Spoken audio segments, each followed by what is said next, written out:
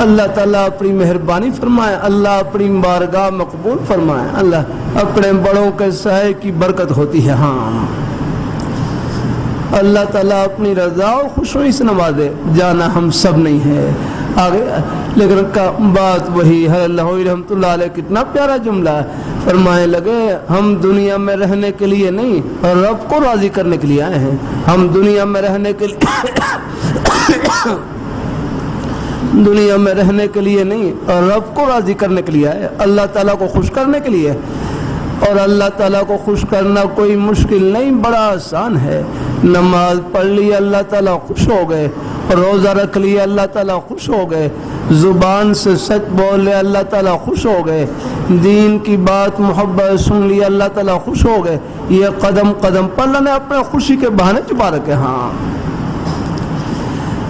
کاروبار کوشش، اللہ نے ہر مسلمان کے سینے میں اللہ نے ایک محبت کا نور بھر رکھا ہے، اپنے دین کی محبت بھر رکھی ہے۔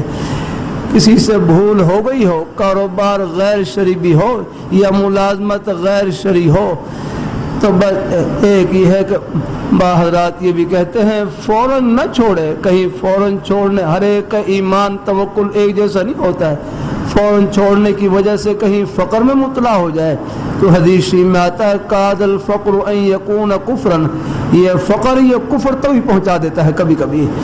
اللہ تعالیٰ سب کی حفاظت فرمائے، اللہ تعالیٰ بس ناگواری کے ساتھ کرتا رہے اور حلال روزگار تلاش کرتا رہے اور اللہ تعالیٰ سے مانگتا رہے اور اللہ پاک کی بارگاہ میں دعا کرتا رہے یا اللہ مجھے نیک روزگار حلال روزگار نصیب فرما۔